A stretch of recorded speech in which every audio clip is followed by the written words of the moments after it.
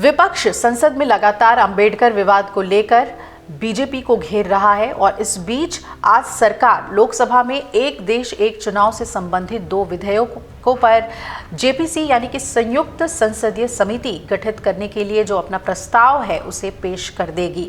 साथ ही निचले सदन के 21 सांसदों के नाम भी सदस्यों के रूप में प्रस्तावित किए जाएंगे। ये लोकसभा से 21 सांसद हैं और इन नामों में सबसे खास बात ये रही कि कांग्रेस की नवनिर्वाचित सांसद यानी कि डेब्यू करने वाली प्रियंका गांधी वाड्रा और बीजेपी की सांसद बांसुरी स्वराज शामिल होंगी जेपीसी में। अनुराग ठाकुर और भर्तृहरि महताब भी इसमें शामिल होंगे और इस प्रस्ताव में राज्यसभा के भी 10 सांसदों को शामिल करने का रास्ता बनाया जाएगा।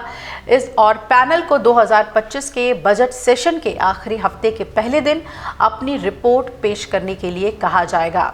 तो निचले सदन की आज कार्यसूची में ये कहा गया है, अर्जुन राम मेघवाल यानी कि कानून मंत्री ये प्रस्ताव पेश करेंगे कि भारत के संविधान में और संशोधन करने वाले विधेयक और केंद्र शासित प्रदेशों के शासन अधिनियम 1963, राष्ट्रीय राजधानी क्षेत्र दिल्ली शासन अधिनियम 1991 और जम्मू कश्मीर पुनर्गठन अधिनियम 2019 में और भी संशोधन करने वाले बिल को इस सदन में 21 सदस्यों वाले जो संयुक्त समिति है उसको भेजा जाए।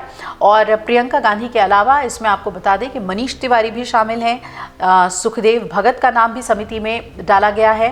पार्टी के एक सीनियर नेता ने बताया है कि राज्यसभा सांसद रणदीप सिंह सुरजेवाला के भी जेपीसी के सदस्य बनने की पूरी संभावना है।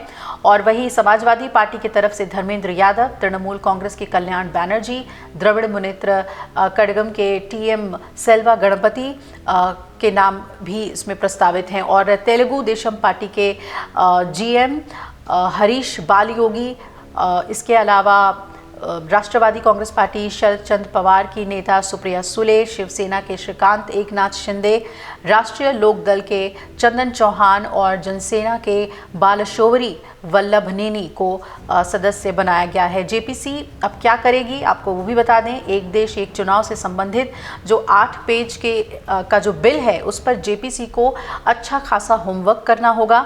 संविधान के तीनों अनुच्छेदों में परिवर्तन करने और एक नया प्रावधान जोड़ने की जो पेशकश की गई है उस पर चर्चा करनी होगी। दरअसल अनुच्छेद 42 में नया प्रावधान जोड़कर राष्ट्रपति द्वारा अपॉइंटेड तारीख पर फैसले की बात कही गई है। आपको बता दें कि अनुच्छेद 82 जनगणना के बाद परिसीमन के बारे में है और संविधान का 129वां संशोधन और केंद्र शासित प्रदेश कानून संशोधन विधेयकों को अंतिम रूप देने में करीब पूरा 2025 लग सकता है, यानी कि 1 साल का पूरा समय लगेगा अगले साल। ऐसा होता है तो ये दोनों ही बिल सदन में 2026 में फिर आएंगे और अगर विशेष बहुमत जुटाकर बिल पास करवा भी लिया गया तो निर्वाचन आयोग के पास 2029 की तैयारी के लिए सिर्फ 2 साल बचेंगे।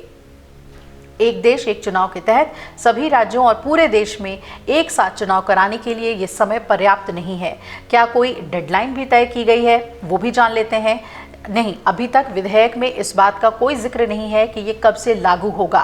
केंद्र सरकार ने इसे लागू करने का अधिकार अपने पास रखा हुआ है। राष्ट्रपति की अधिसूचना का समय भी स्पष्ट इसमें नहीं किया गया है।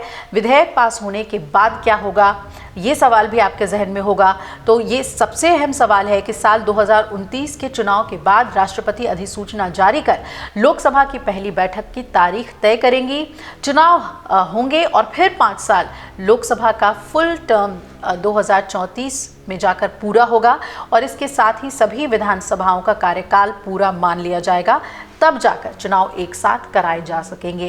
यानी कि अभी इसकी सिर्फ एक शुरुआत भर है, अभी इसमें लंबा समय लगना है जब पूरी तरीके से एक देश एक चुनाव देश में लागू हो जाएगा। अगर आप ये वीडियो YouTube पर देख रहे हैं तो हमारे चैनल को सब्सक्राइब कर बेल आइकन दबाएं और Facebook पर देख रहे हैं तो हमारे पेज को लाइक करें।